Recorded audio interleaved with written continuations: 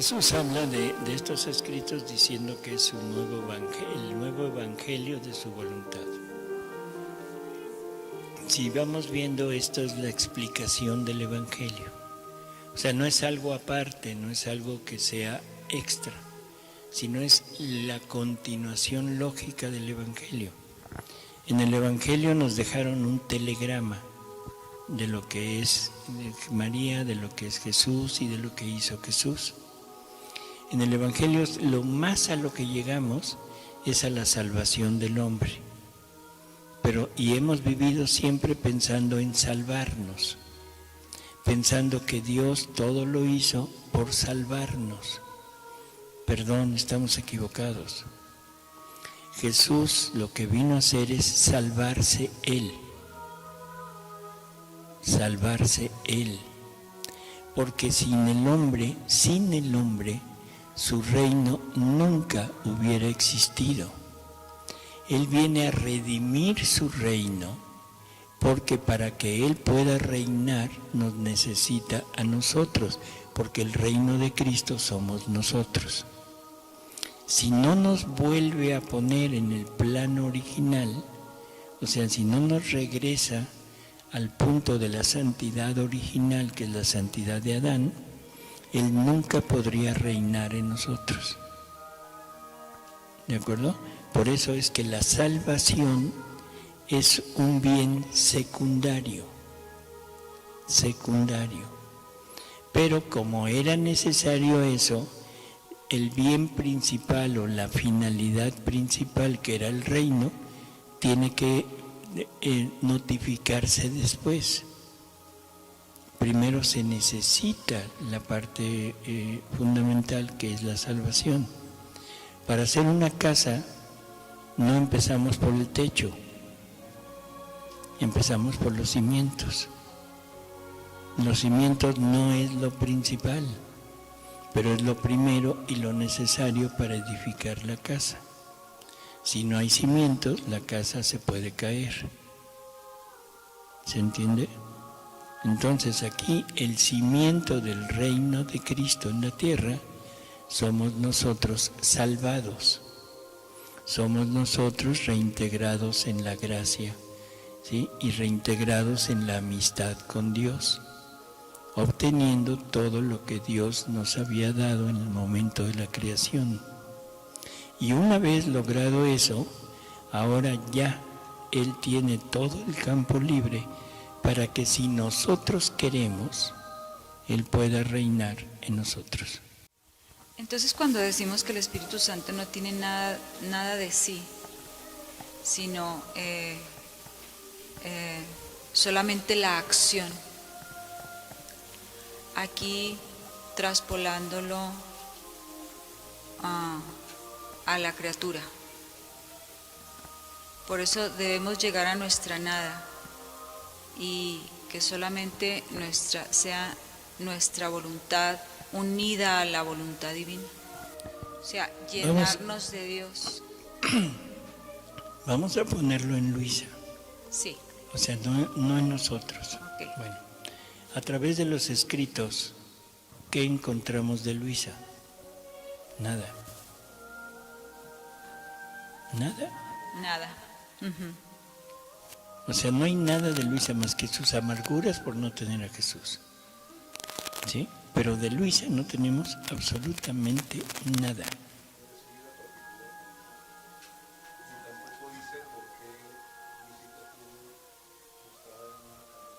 Sí lo dice, porque es un ofrecimiento como víctima. Es el sí porque Jesús se lo pide.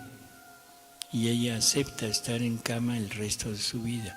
No es por enfermedad, como dicen, porque ya la biografía oficial de Luisa dice que estuvo enferma, no es cierto. O sea, es simple y sencillamente porque Jesús se lo pide y ella se ofrece víctima en permanecer en cama. O sea, la conversación por lo regular que tiene Jesucristo con Luisa, nos los está diciendo a nosotros en parte. La mayor parte sí, porque es la enseñanza de cómo se vive. De cómo no sé. Pero lo único que no es para nosotros es la misión. Ah, ok, sí. O sea, la misión, el cabeza de misión de fundar el reino, eso es de Luisa. Es de Luis. Igual que la misión de María de ser la madre del Verbo, esa es de Sí, María. ahí es donde las une, a María y a Luisa. Ahí es por donde decir. ahí es donde las desune, porque María es la madre y Luisa no es la madre.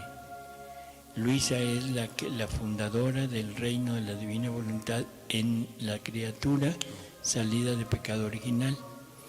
Aunque María tiene el reinado, porque María vive en la divina voluntad toda su vida, sí. pero no es la misión de ella transmitirlo. Y aunque hubiera querido transmitirlo, nunca lo hubiéramos podido adquirir, porque María es inmaculada, nosotros no. Okay.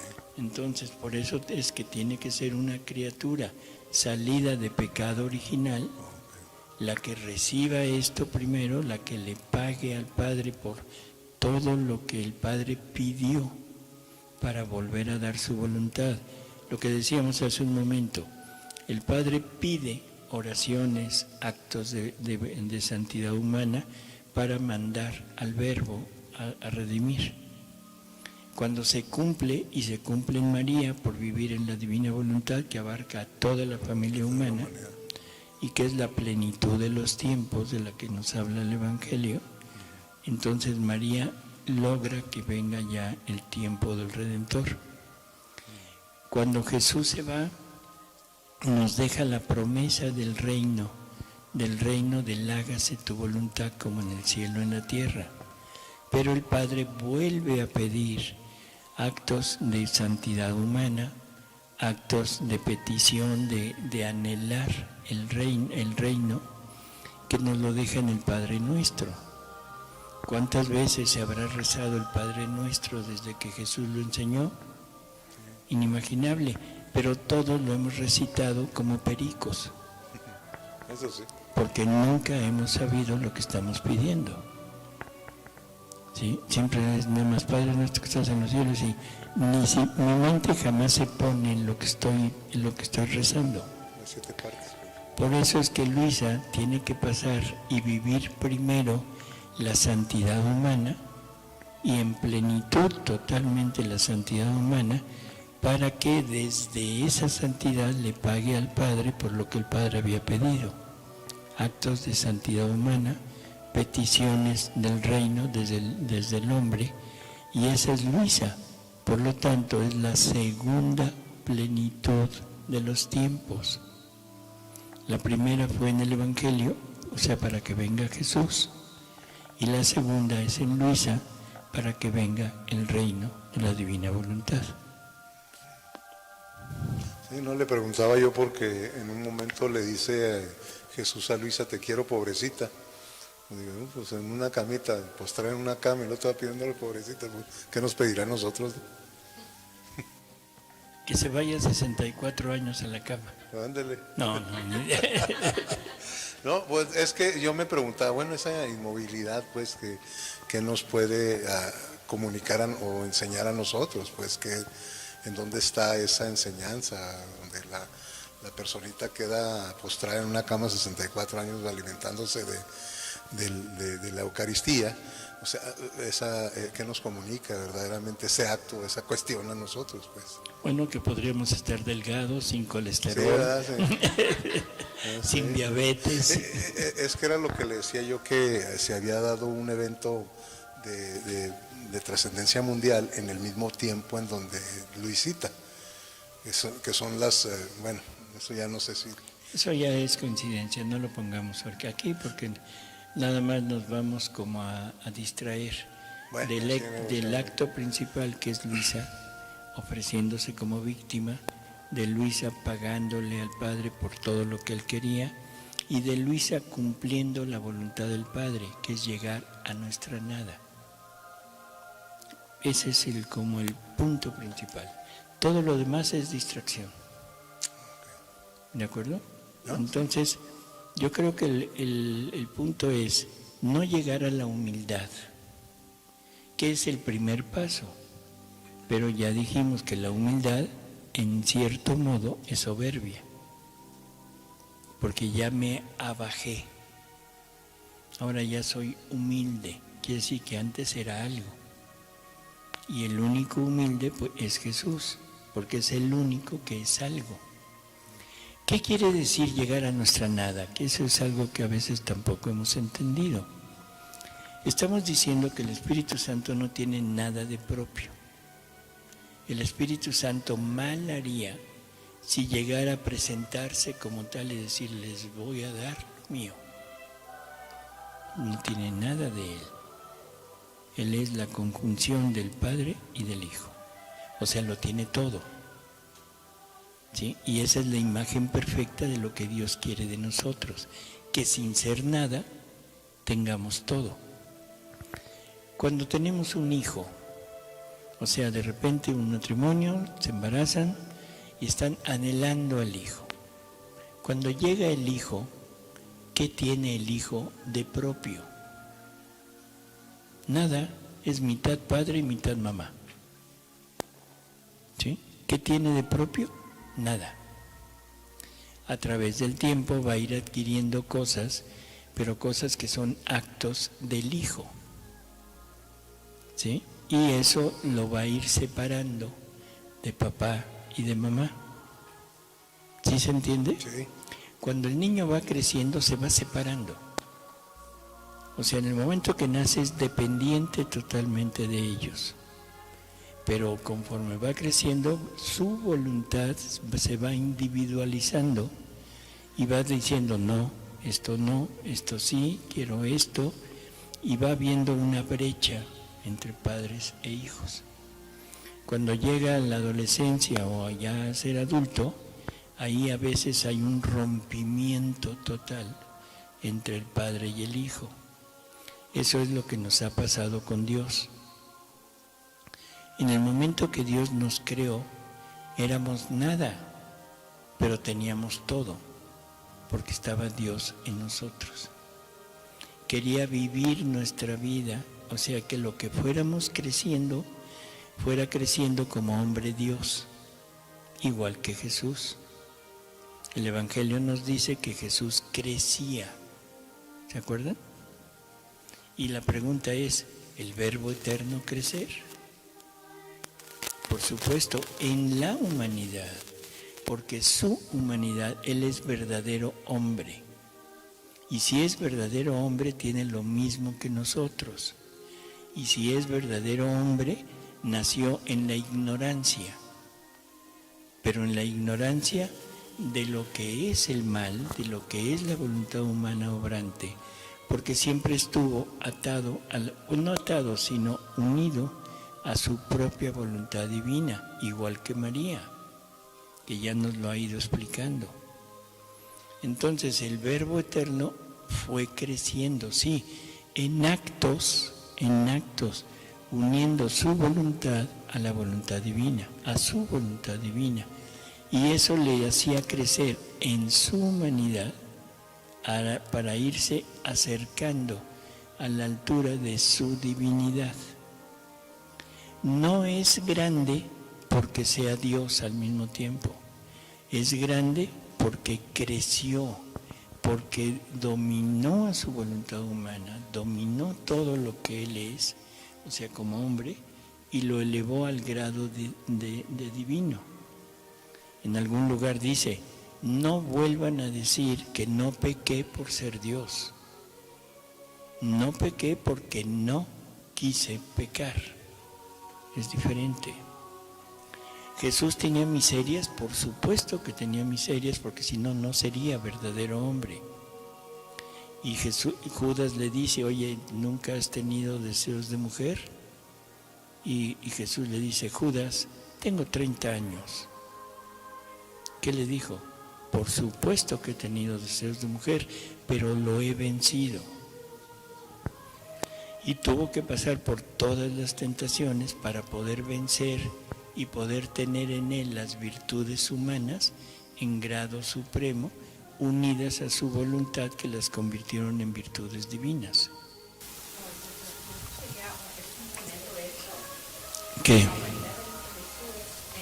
en su humanidad, se le pusieron todas las miserias de toda la gente, de todos los tiempos, para poder realmente merecernos el poder vencer las dos. Por eso, o sea,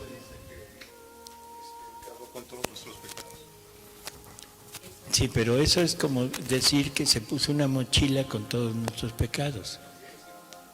Totalmente error, es un error, los tuvo que vivir. O sea,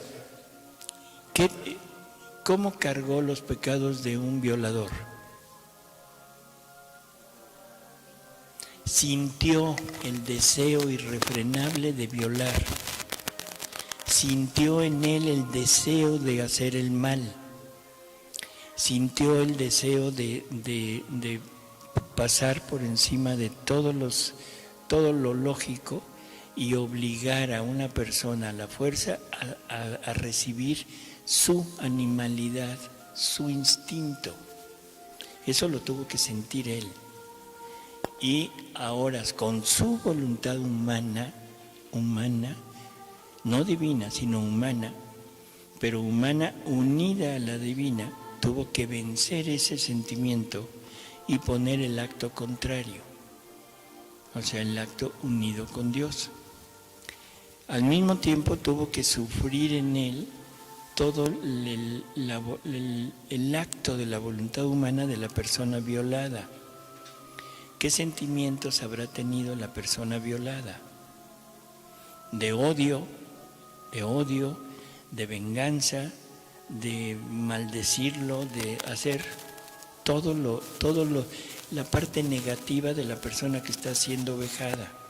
Eso lo tuvo que sentir Jesús en él como propio y lo tuvo que vencer. Y esto es de toda la familia humana. Cada acto, cada pecado que hemos cometido, él lo tiene que sentir como propio. No lo comete, lo vence.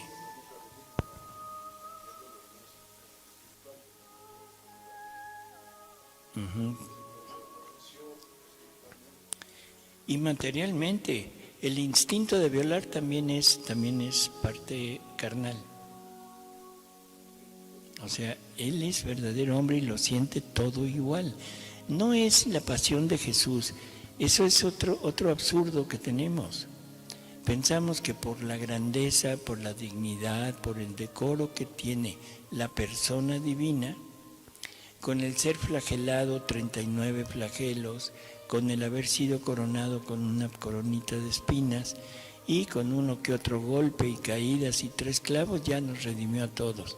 Perdón, eso es ilógico, porque eso hubiera sido un perdón y Dios no podía perdonar la deuda que el hombre tenía y no la podía perdonar porque era una deuda de vida divina. O sea, el hombre le defraudó vidas divinas que teníamos que generar en nuestros actos, y cada uno de nosotros debería de haber vivido una vida divina que Dios quería vivir en este mundo. Y eso no se podía perdonar porque era vida de Él. Por eso Jesús tuvo que venir a rehacer los actos de todos y en ese momento Él hacer lo que nosotros deberíamos de haber hecho para darle vida nuevamente a esa vida divina que el Padre quería vivir en cada uno. ¿Sí?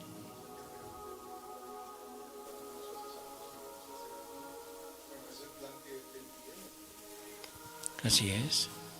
O sea, volver otra vez a este... Si le entra, pues adelante. O sea, es volver a nuestra naturaleza original. Lo que estamos diciendo, provenimos del mismo germen que proviene Jesús. Y por lo tanto debemos ser iguales que Jesús. Pero esto se logra con Jesús en nosotros. Llegar a nuestra nada es no volver a actuar con nuestros atributos. Y nuestros atributos, ya lo dijimos, son las miserias o en ocasiones las virtudes. O sea, la miseria es la materia prima y puedo comerme la materia prima sin elaborar, que es la miseria, o la puedo elaborar y lo que produce es una virtud.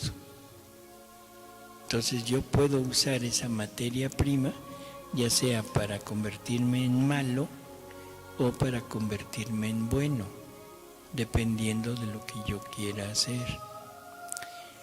Cuando decimos llega a tu nada, es no vuelvas a usar tus atributos, ni uses tus miserias, ni uses tus virtudes, pero irla creciendo con actos humanos, no con actos divinos. Pero ya nos reintegró. Pero lo que no podía decir era esto que estamos escuchando ahorita, de la divina voluntad, convirtiendo al hombre en Dios. O sea, los discípulos se le van porque dijo que se lo tienen que comer. ¿Sí? O sea, el que no come mi carne y no bebe mi sangre no tendrá vida eterna. El que come mi carne y bebe mi sangre tendrá vida eterna.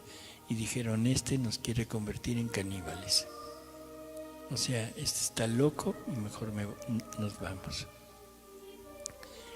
¿Qué hubiera pasado? Bueno, lo dice Jesús. Si esto los escandaliza, ¿qué sería si les dijera dónde estaba el Hijo del Hombre antes de venir? O sea, allá en el Padre, siendo Dios, en todo. Entonces, esto lo tuvo que dejar para después, que es para ahora. Así que ahora es cuando viene la total reintegración de nosotros al plan original. Ya no a la santidad humana, ya no a ser un San Francisco de Asís, o ser un Padre Pío, o ser una Santa Teresa. No, eso no. Eso no es el ideal de Dios.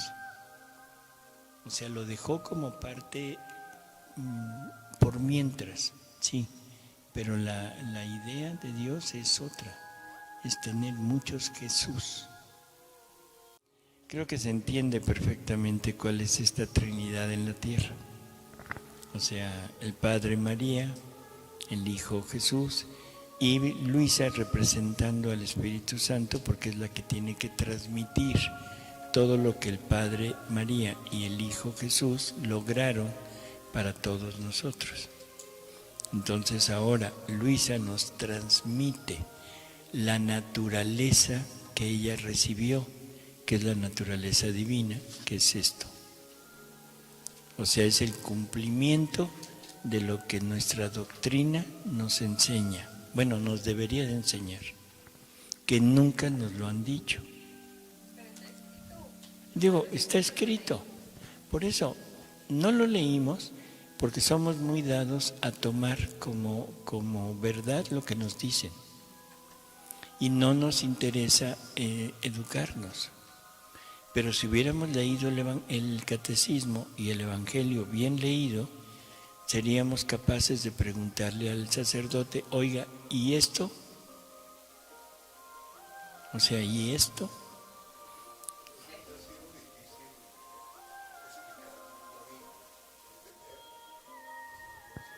El catecismo no es más que la síntesis del evangelio.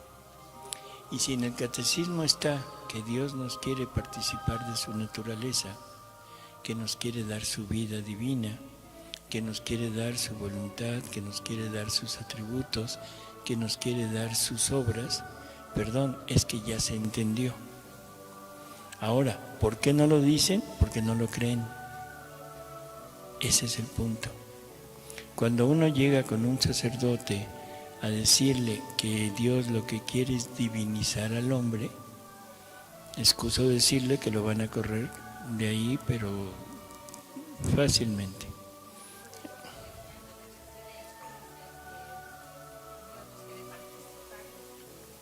Por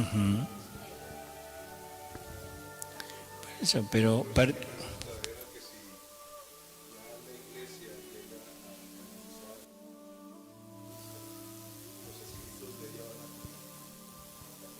claro.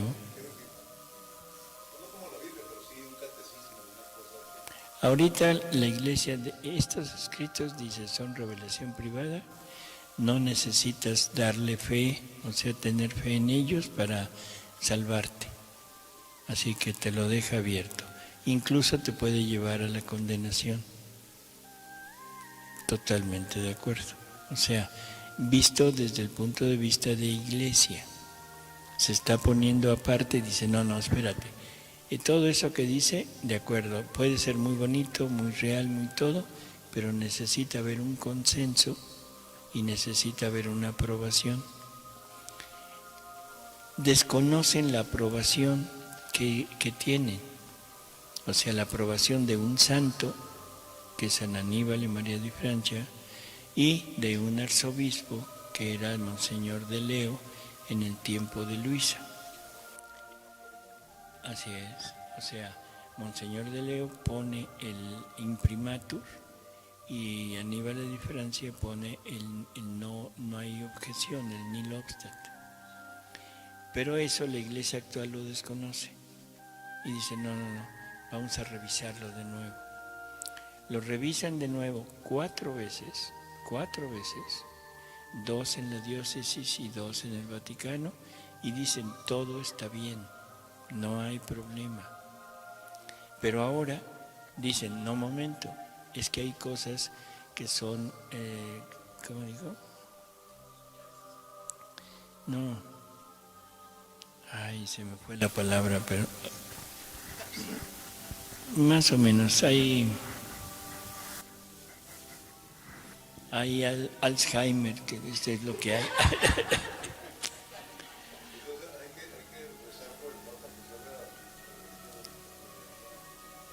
Por eso, mire, esto es cosa de Dios. ¿Cuándo será el momento en el que esto sea necesario que se autorice? O sea, que se ponga ya a nivel de Iglesia Universal esto. Eso le corresponde a Dios, el ponerlo, ¿no?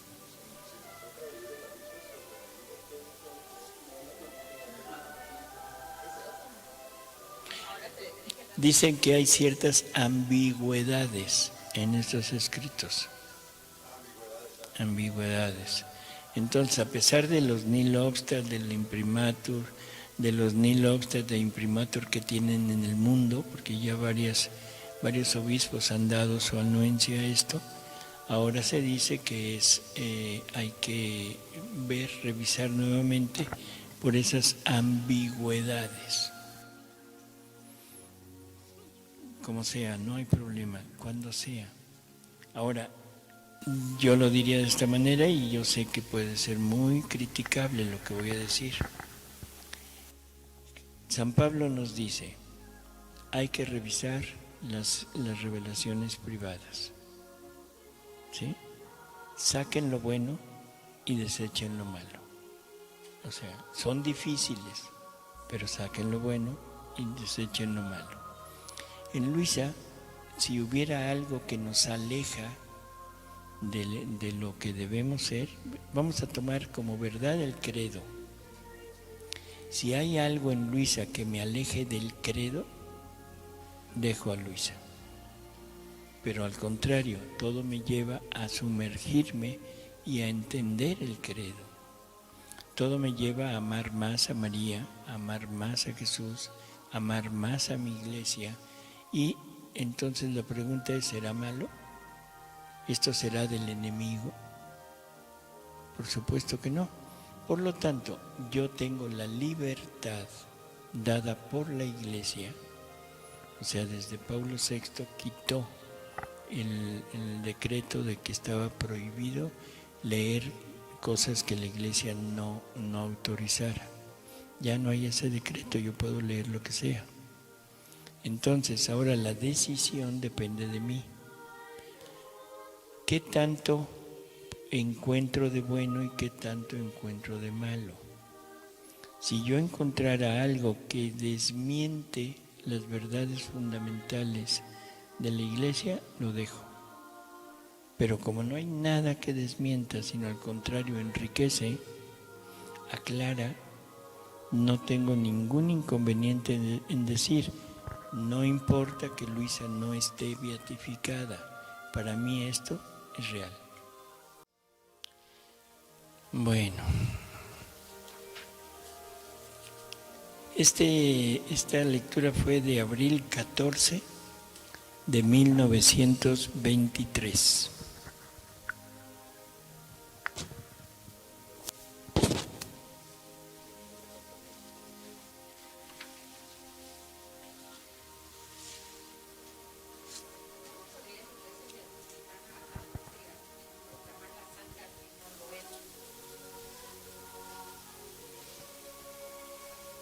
No importa lo que la Iglesia diga. Digo, es como si alguien le hiciera la causa de beatificación a María. Es ridículo. Sí, pero María no dejó ningún escrito. O sea, María lo que es su vida, y su vida está junto con la de Jesús. Entonces a María se le acepta como persona, como madre de Jesús, o sea, como lo que hizo. Y tan es así que ni siquiera se acepta ahorita el ser corredentora. Bueno, pero de todas maneras se acepta que María es, o se aceptaba que María es muy especial. Ahora ya no se acepta. O sea, sí, lo mismo es con Luisa. Pero Luisa sí deja escritos. Entonces, por ejemplo, aquí la podríamos comparar con los evangelistas. ¿Cuántos evangelios hay? Muchos, que se llaman apócrifos. Y que la Iglesia tuvo que decidir qué evangelio era real y qué evangelio no, para ponerlo en la revelación pública, que es la Biblia. Y entonces a través de esos que la Iglesia verifica como buenos, es a través de ellos que podemos entrar, podemos conocer. ¿De acuerdo? Y hay muchos apócrifos que a lo mejor son buenos, a lo mejor algunos definitivamente no. Pero bueno, ahí están, pero no son aceptados. ¿Los podemos leer? Sí. Pero no le puedo dar la categoría de algo que debo creer para poder salvarme. Simplemente yo digo si lo acepto o no, pero no es indispensable para la salvación.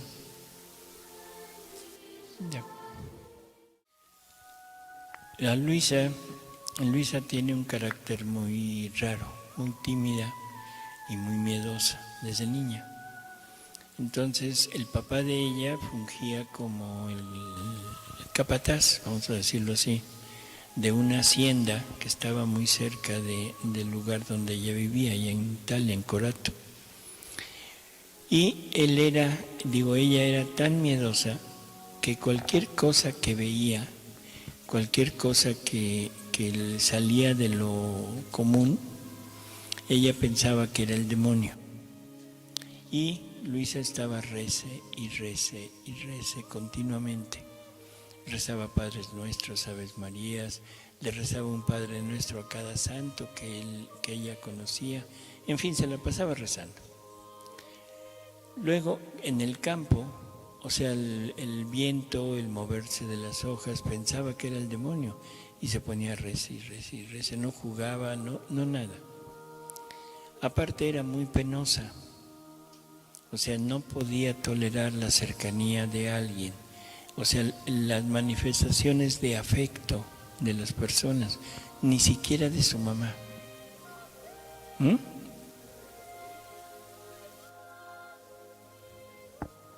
O sea, no aceptaba nada. Entonces, ya de grande, un día le pregunta a Jesús y le dice, y fijémonos en las palabras porque eso es lo que Luisa está manifestando. Dice, ¿por qué me amargaste mi infancia?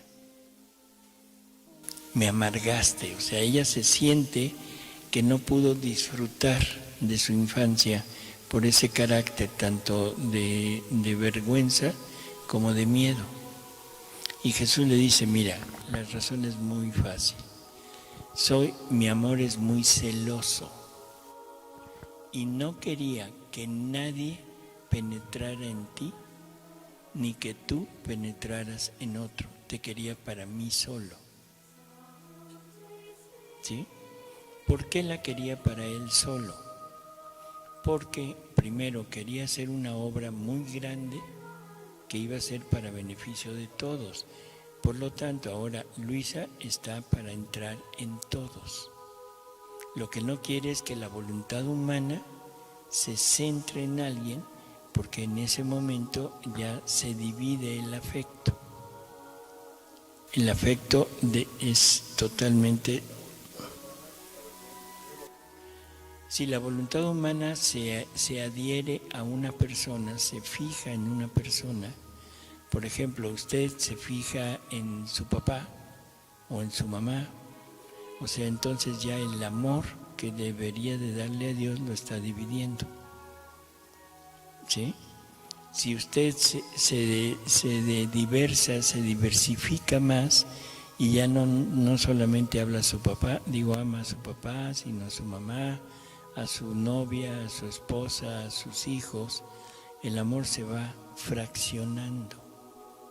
Y entonces usted le va a dedicar un tiempo a su papá, un tiempo a su mamá, a sus hijos, a su esposa, en fin, y algún tiempo a Dios.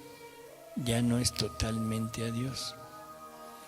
Y si entendiéramos que ese Dios, como quiera que lo imaginemos, no importa, ese Dios tan grande, en la medida que podamos verlo, se entrega todo a mí, entenderé por qué Él quiere que yo me entregue todo a Él. Es muy justo que el Ser Supremo se entregue en totalidad a mí y que yo no le quiera dar mi totalidad, que es nada comparada con Él. Dios es celoso en ese sentido, sí, porque todo lo que hacemos es producto de nuestra voluntad. Y eso es lo que le da celo. Pero cuando el hombre ha ya totalmente adquirido como vida la divina voluntad, ahora ya nada le da celos, porque sabe que lo que está haciendo es por voluntad de Él. Y entonces ya no hay celos, porque la criatura lo hace porque Él quiere que lo haga. O sea, no es celoso en el sentido humano, sino es celoso en el sentido de que quiere todo de la criatura para hacer Él la vida de la criatura. Y una vez que lo logra, ahora haga lo que sea. Él mismo nos va empujando a hacer unas determinadas cosas, trabajos, contentos, descansos, en fin. Pero ya no tiene celo, porque ahora es voluntad de Él.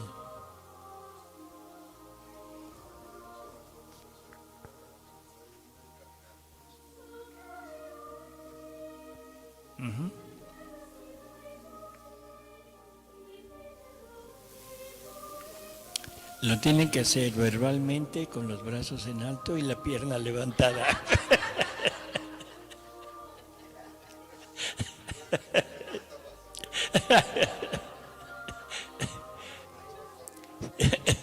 ¿Sí se entendió? Hágalo como quiera, no importa, ¿de acuerdo? Y si nadie se entera, mejor. Y no hemos empezado todavía. No digo, pero de todo lo que María es, no hemos visto prácticamente nada, ¿no? Creo que el punto principal es entender lo que vimos de la fiesta de la Inmaculada Concepción.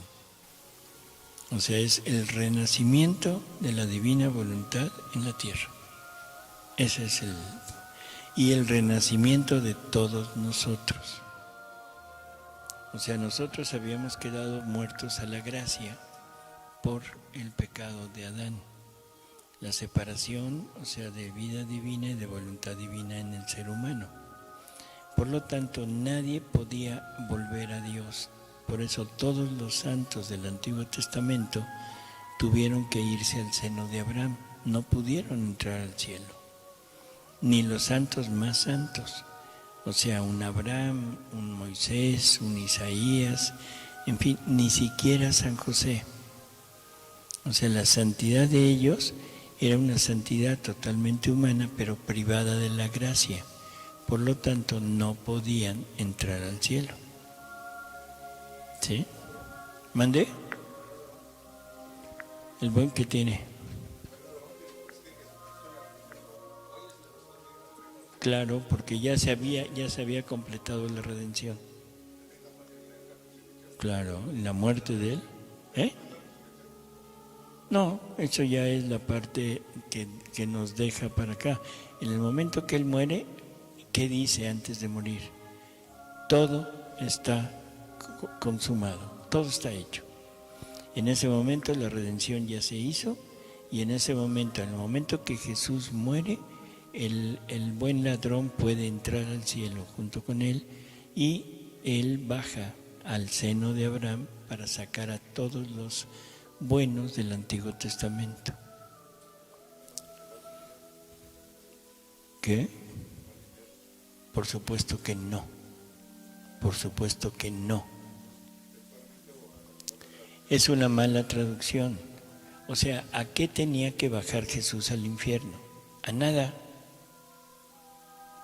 Hubiera sido en ese momento en que Jesús baje al infierno, se acabó el infierno. O sea, ya, porque el infierno no es más que la ausencia de Dios. Por eso descendió a lo bajo.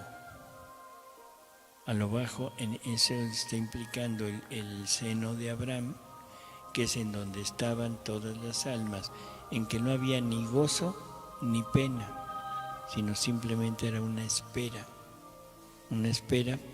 ansiosa, amorosa, de que se cumpliera la redención para poder entrar nuevamente al cielo.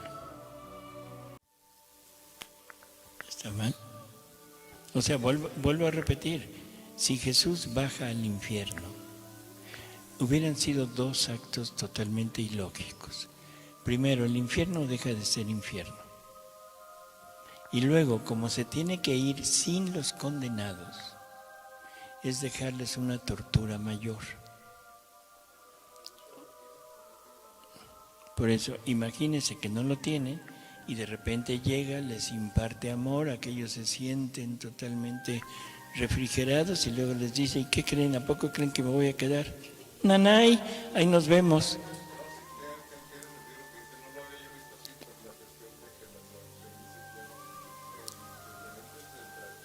Sí, en todas. Descendió a los infiernos, no. Podríamos pensar que parte de los infiernos sería como el seno de Abraham. Bueno, a lo mejor. O sea, no importa. El chiste es que al infierno, no tiene nada que hacer ahí.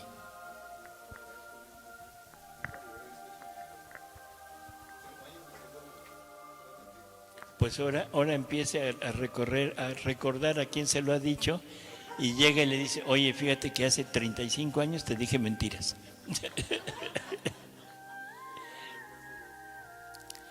Bueno,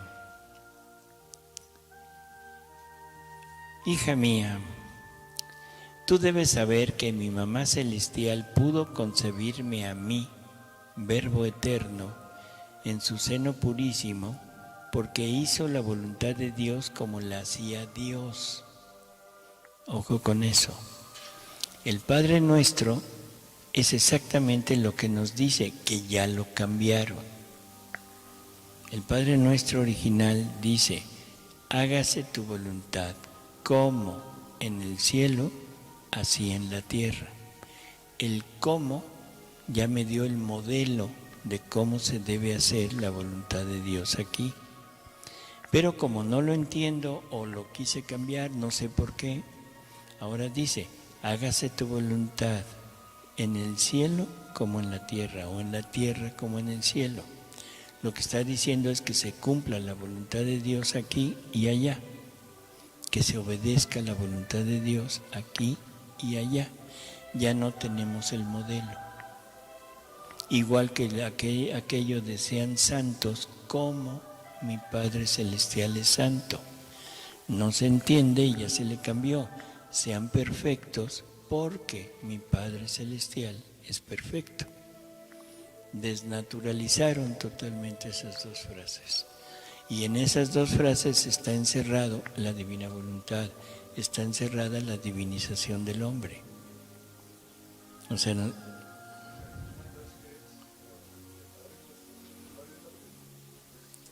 hágase tu voluntad como en el cielo, así en la tierra. O sea, que se haga tu voluntad igual que se hace en el cielo, así se haga aquí. Y la pregunta es, ¿quién la hacía en el cielo? ¿Quién la hace en el cielo? ¿La Trinidad? Uh-huh. ¿Y cómo se hace esa voluntad en la Trinidad? Es la misma voluntad en los tres. Por eso, y no hay dos voluntades, hay una sola. Entonces, lo que quiere el Padre, lo quiere el Hijo, lo quiere el Espíritu Santo, lo que hace el Espíritu Santo, lo hace el Padre, lo hace el Hijo, o sea, es la misma voluntad. Así es como nos quieren a nosotros. Y la otra, la de sean santos como mi Padre Celestial es santo, me está diciendo que yo debo ser santo divino, que debo tener una santidad divina.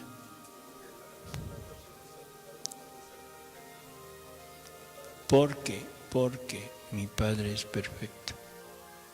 Bueno, entonces, porque hizo la voluntad de Dios como la hacía Dios.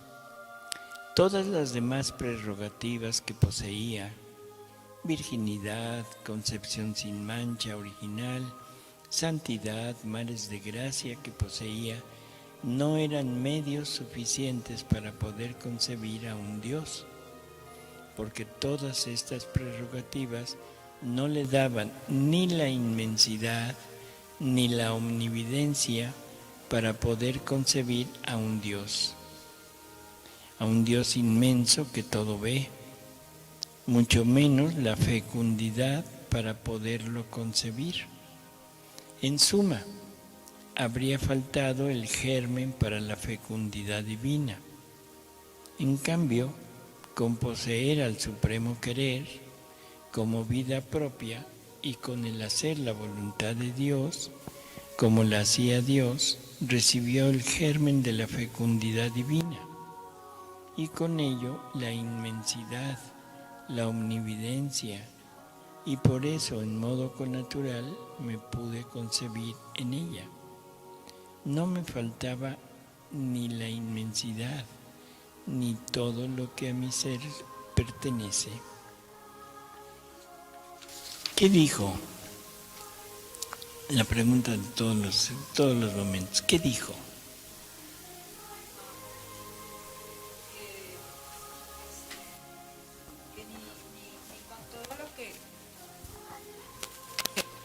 Que ni con toda la santidad que le había dado podía haber concebido al Redentor.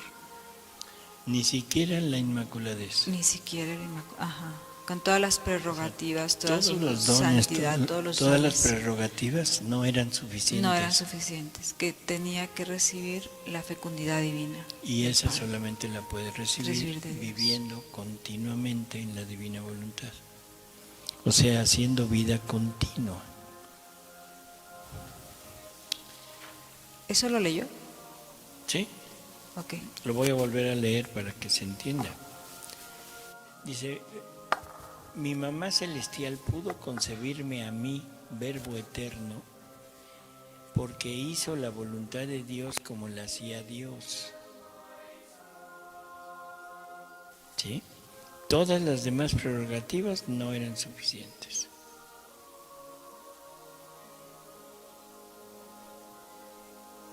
Uh-huh.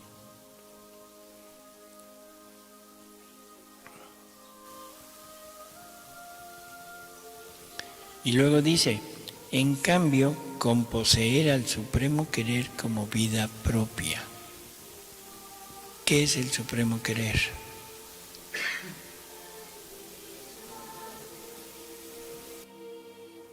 es el acto único de Dios. O sea, el acto único de Dios. Y recordemos algo, donde hay actos hay vida, donde no hay actos no hay vida.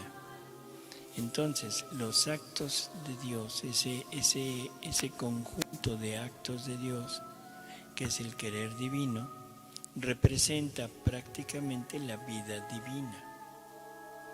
Ahora, si esta vida divina se posee por la criatura como vida propia, ¿qué estamos diciendo?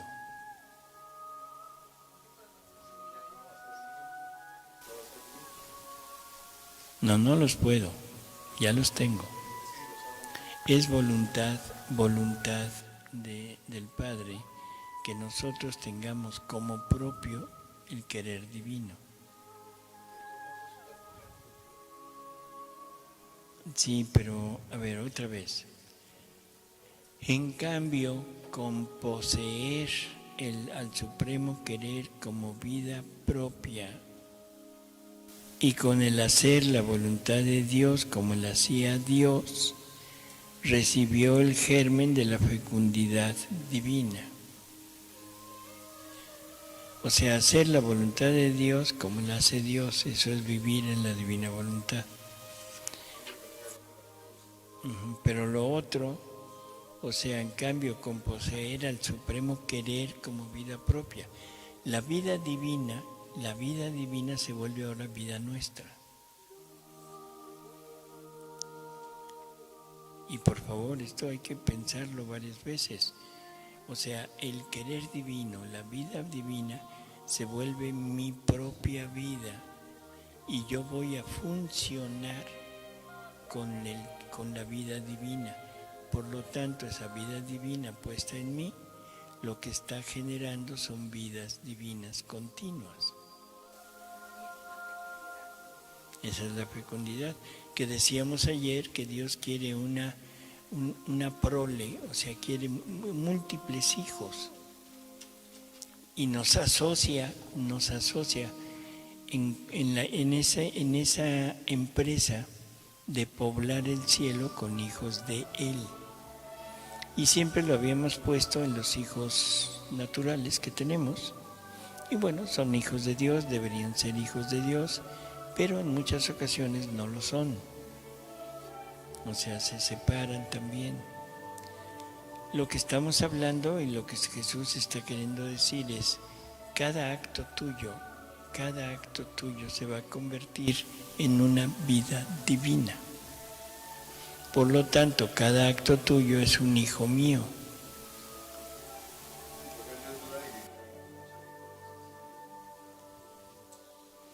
Así es. No, bueno, puedo rehacerlos y extender los actos divinos míos a nombre de otras personas, pero dárselos, no. Se los puedo dar a Dios para pagarle por lo que las criaturas hacen. Puedo darle los actos que las criaturas deberían de haber hecho en la divina voluntad, se los doy a Dios como pago a nombre de ellas, pero dárselos a ellas, no, porque ahí entra la libertad del hombre. Es lo mismo que Jesús, ya Jesús nos redimió a todos. Todos estamos redimidos en Jesús. Todos estamos salvados en Jesús. Pero si no tomo esa salvación, no me salvo. No importa que Jesús me haya salvado. ¿De acuerdo?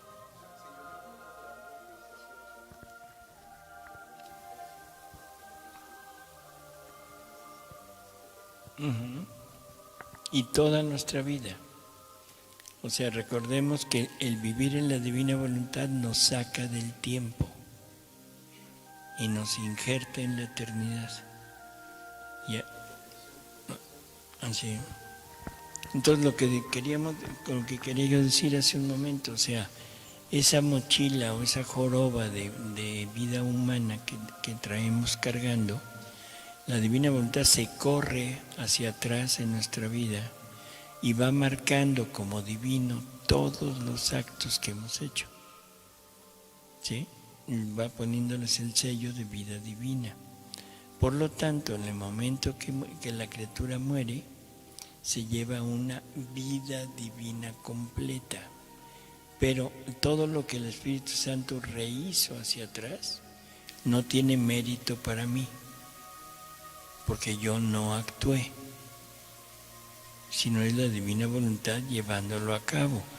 Y ahora la divina voluntad llevando a cabo eso, los méritos de la vida divina que yo haga son de hoy en adelante, porque ya estoy actuando yo junto con la divina voluntad.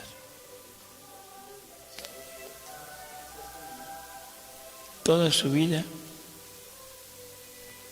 O sea, si usted va a hacer vida divina, no puede hacer vida divina de hoy en adelante, porque todo lo anterior lo traería cargando con usted, y sería la divina voluntad teniendo vida divina y trayendo una mochila que dice, aquí viaja la voluntad humana. No es eso, ¿sí? Entonces, se corre hacia atrás la vida divina, la voluntad divina, y marca todos los actos que yo he hecho en mi vida, los marca como vida divina. O para decirlo de otra manera, me injerta la resurrección de Cristo ahí. Y entonces quedo resucitado, pero en gloria, para que más o menos entendamos. Pero todo eso no lo hice yo, sino es algo que la divina voluntad está haciendo. Por lo tanto, yo no tengo injerencia en eso y no tengo méritos por eso. ¿De acuerdo? Entonces son dos cosas lo que es importante. Dice, en cambio, con poseer al supremo querer como vida propia, primera cosa. ¿Sí? Y con el hacer la voluntad de Dios como la hacía Dios. O sea, una cosa es tener al querer divino, a la vida divina como vida mía, y entonces en cada acto lo que está sucediendo es una vida divina. Es como la consagración de las hostias. ¿Cuántas hostias pone el sacerdote enfrente en el momento de la consagración? Es cuántos Jesús se van a poner ahí. Si hay una hostia, hay un Jesús. Si hay 10 hostias, hay 10 Jesús. Si hay 100 hostias, hay 100 Jesús.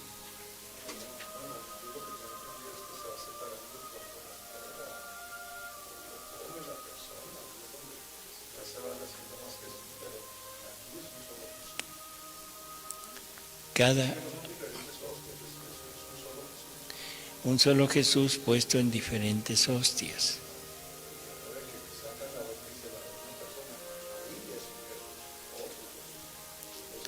Y entonces la hostia cuando no está consumida no es Jesús. Entonces,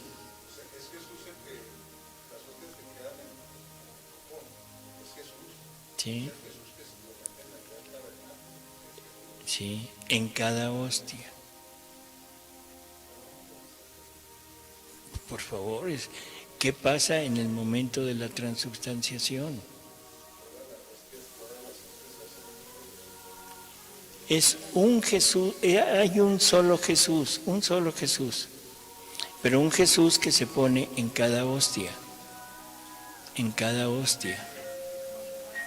¿sí?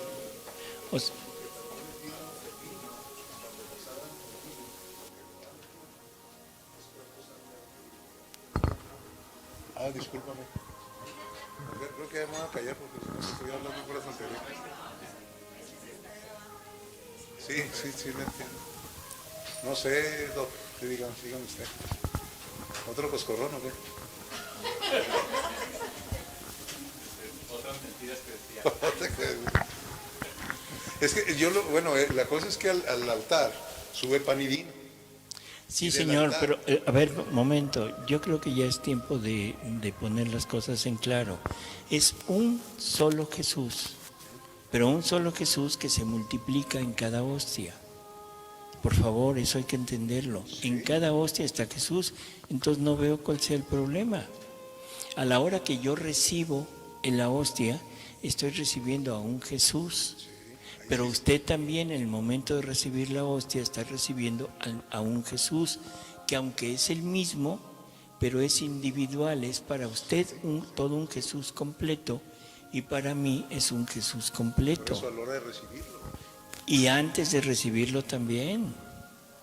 Por favor, se está consagrando cada hostia. Cada hostia. Si hay una hostia en el momento de la consagración, es un Jesús que se está poniendo en esa hostia. Pero si hay 10 hostias, en ese momento hay 10 Jesús, siendo el mismo, pero en uno se multiplica, o se duplica, o se biloca, o como queramos decirlo. Pero tenemos que entender que es un Jesús en cada hostia. Y si hay 1000 hostias, hay 1000 Jesús, uno en cada hostia. Pero no es que se multipliquen, es uno solo. Pero ahora ese uno solo se quiere multiplicar. Y a la hora de recibirlo nosotros, deberíamos de tener todo lo necesario para que ese Jesús eucarístico se libere de la hostia, que es una prisión, se ponga en mí, se quede en mí y ahora forme en mí a otro Jesús. Ahí sí se multiplica. Y eso está en la Biblia, en figura, en alegoría, pero está en la Biblia. En el Génesis hay un árbol de la vida, en el Génesis. O sea, está un árbol de la vida que es la causa de que corran a Adán y Eva del paraíso, para que no coman del árbol de la vida y vivan para siempre. Hay un Jesús, porque el árbol de la vida es Jesús. El que come mi carne y bebe mi sangre tendrá vida eterna. Entonces en el paraíso hay uno. Y en el Apocalipsis, cuando la Jerusalén celestial desciende, que ese es el reino de Dios en la tierra, eso es lo que viene, es lo que estamos esperando. Es una ciudad en que la cruza un río y en las márgenes del río hay múltiples árboles de la vida. O sea, es un Jesús que se multiplicó, pero en cada uno de nosotros. Ahí sí ya es un Jesús, pero en cada uno, en donde cada uno tendrá un Jesús diferente, porque somos diferentes y porque Dios manifiesta atributos diferentes en cada uno.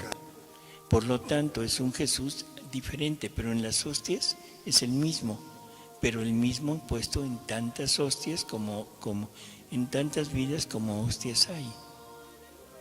¿Sí?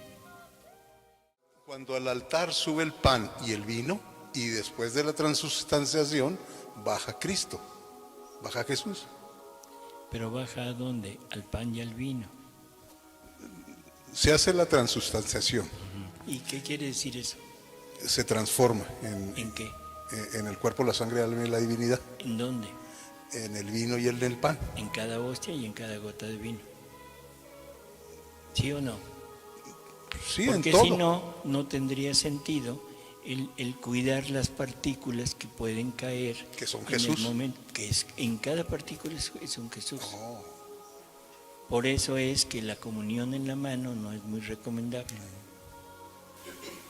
¿De acuerdo? En cada partícula es un Jesús completo. Y eso es doctrina de la Iglesia, no lo podemos desmentir. Por favor, lo que está usted queriendo decir es que desmiente la doctrina de la Iglesia y que está queriendo poner la idea que usted tiene como verdad. No, No. bueno, es que sí, todas las partículas es Jesús. Si se quiebra una hostia, ya son dos pedazos, dos Jesús. Así es. Sí, Aunque es el mismo. aunque sigue siendo lo mismo, pues. Así es. Ok. Eso es lo que estábamos, o sea, como quizá no nos entendimos, era la forma de decirlo, Pero cada hostia, en donde está el momento de la consagración, cada hostia se vuelve un Jesús. Entonces continúa y dice, y con el hacer la voluntad de Dios como lo hacía Dios, recibió el germen de la fecundidad divina, que es lo que decíamos hace un momento. Pero eso lo recibe gracias a hacer la voluntad de Dios como la hace Dios. Dice, y con ello recibe la inmensidad, la omnividencia. Y por eso, en modo connatural, o sea, en modo simple, sencillo, me pude concebir en ella. No me faltaba ni la inmensidad, ni todo lo que a mi ser pertenece. Y esa es la causa por la que María puede recibir al verbo y concebirlo en ella. Este hacer la voluntad de Dios como la hace Dios fue el punto más alto, más sustancioso, más necesario para mi mamá para obtener al suspirado Redentor. Todas las demás prerrogativas fueron la parte superficial, la decencia, el decoro que a ella le convenía. Esta lectura fue de diciembre 8 de 1924, del Día de la Inmaculada Concepción, así es.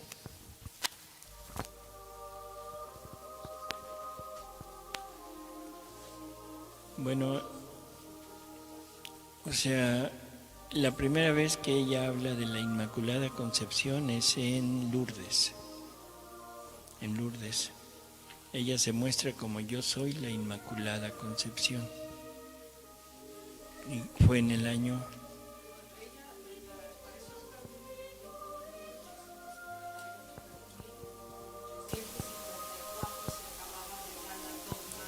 de la Inmaculada Concepción.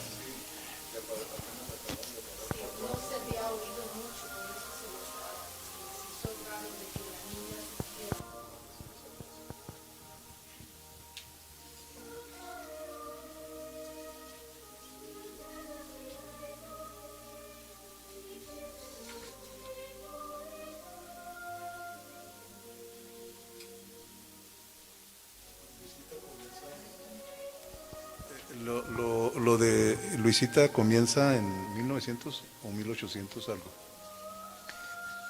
Bueno, Luisa nace en 1864, 65, no recuerdo ahorita bien. Empieza a tener sus primeras manifestaciones a los 13 años. O sea, ya manifestaciones obvias, en donde ella ve a Jesús que lo llevan en la calle con la cruz a cuestas. Y ella no sabe exactamente qué está pasando, y en eso Jesús voltea la cara, la ve, y ella siente en su interior que Jesús le dice, alma, ayúdame.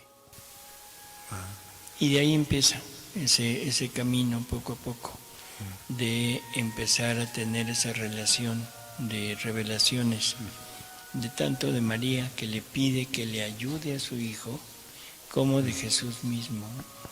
Entonces ya era en la década de los 70, en 1800. La época de los 70.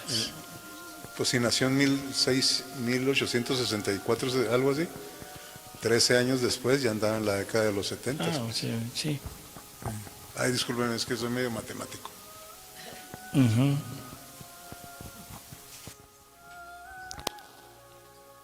Dice, quien tiene un bien, tiene virtud de pedirlo y de darlo. Cosa curiosa. Si ya tengo el bien, ¿por qué lo debo pedir? Quien tiene un bien, tiene virtud de pedirlo y de darlo. Esto sucedió en la redención. El pecado inundaba la tierra.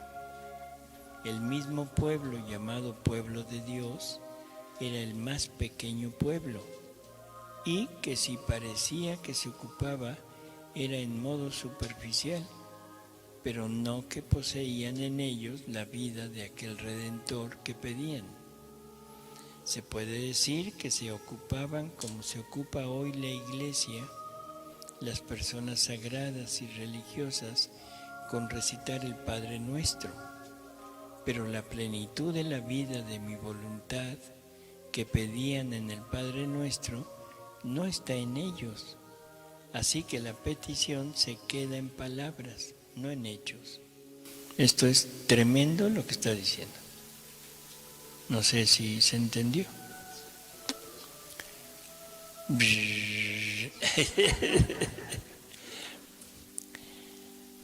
Quien tiene un bien tiene virtud de pedirlo y de darlo. Esto sucedió en la redención. El pecado inundaba la tierra. El mismo pueblo llamado pueblo de Dios era el más pequeño pueblo, y que si parecía que se ocupaba, era en modo superficial, pero no que poseyeran en ellos la vida de aquel rey, de aquel Redentor que pedían. Se puede decir que se ocupaban como se ocupa hoy la Iglesia, las personas sagradas y religiosas, con recibir el Padre Nuestro, con recitar, el Padre Nuestro, pero la plenitud de la vida de mi voluntad que pedían en este Padre Nuestro no está en ellos. Así que la petición se queda en palabras, no en hechos. Entonces dice,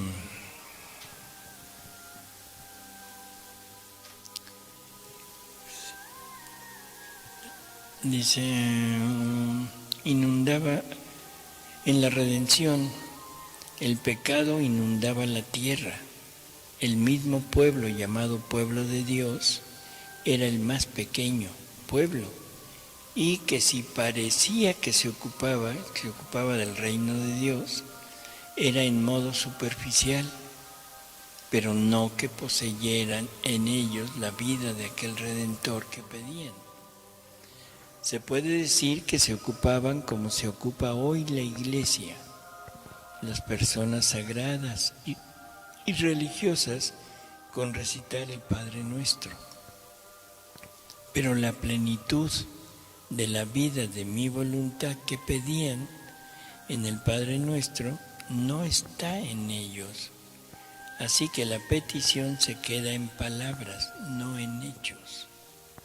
O sea, la Iglesia ha repetido el Padre Nuestro millones de veces, pero como la plenitud de ese reino que se pide en el Padre Nuestro, o sea, no está en ellos, no está en la Iglesia, entonces todo se queda en palabras, no en hechos. Esta es la enorme responsabilidad que ahora los que quieran vivir en la divina voluntad, poseyendo el reino, lo pueden pedir. Porque ahora ya tienen la posesión y no solo lo pueden pedir, sino lo pueden dar.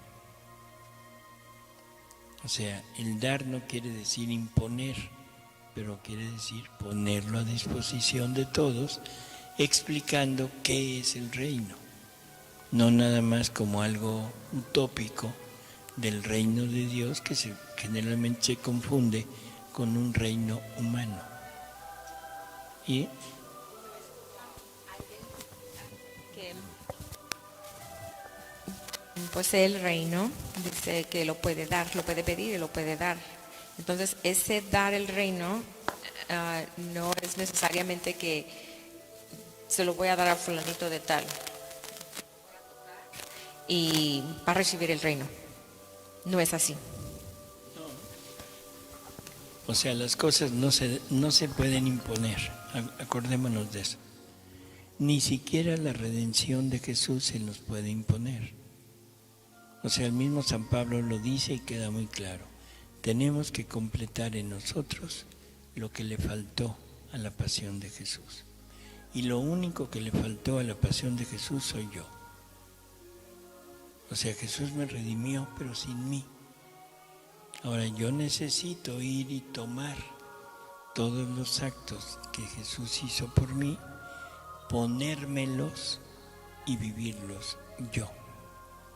Por eso es que en este libro de la Pasión de Jesús, Jesús nos repite continuamente: fíjate en lo que hago para que lo hagas tú también.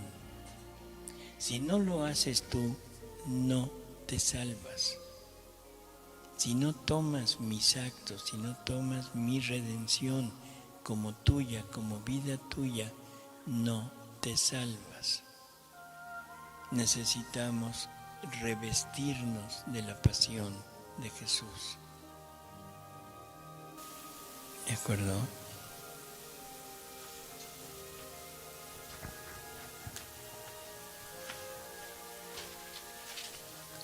Entonces, para pedir un bien se debe poseer dicho bien. Esto suena como ilógico, pero así es. Igual que para lo que decíamos de la fe. Para creer, para tener fe, obtener la fe, se necesita creer. Por eso es que los apóstoles, cuando le pedían a Jesús, o sea, que les aumentara la fe, ¿qué les decía Jesús? Nada. Se hacía el loco y empezaba a hablar de otras cosas. O sea, nunca les respondió. ¿Qué no hubiera sido lógico que si los apóstoles le están pidiendo que les aumente la fe, no hubiera sido lógico que se les aumentara? Primero, porque es la propia criatura quien debe tener el impulso de quererlo más, pero al mismo tiempo debe tener el acto de acercarse más a la fe. Y como la fe es Jesús, entonces lo que quiere decir, auméntame la fe, es decir, date más a mí. Y Jesús va a decir, no, un momento, yo no me puedo dar. Tú me tienes que tomar. O sea, yo aquí estoy, pero tú me tienes que tomar. Si yo te doy, si yo me doy a ti a fuerza, te estoy sojuzgando, te estoy quitando tu libertad. Doctor, pero aparte pues debemos de tener el espacio para recibirlo. También. Entonces tenemos que hacer el vacío. Si no hacemos ese vacío para recibir el reino, ¿cómo lo vamos a pedir? ¿Dónde lo vamos a poner? Si estamos llenos de nosotros, si en nosotros reinamos nosotros mismos. Así es. Entonces necesitas poseerlo. Y esa posesión de ese espacio te lo da la divina voluntad, siempre y cuando tú renuncies a lo tuyo.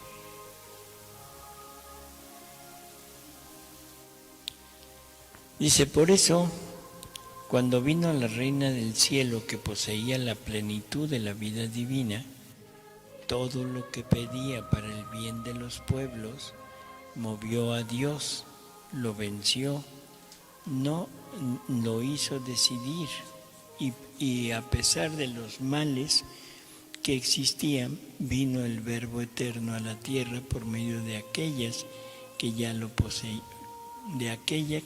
poseía y formaba toda su vida.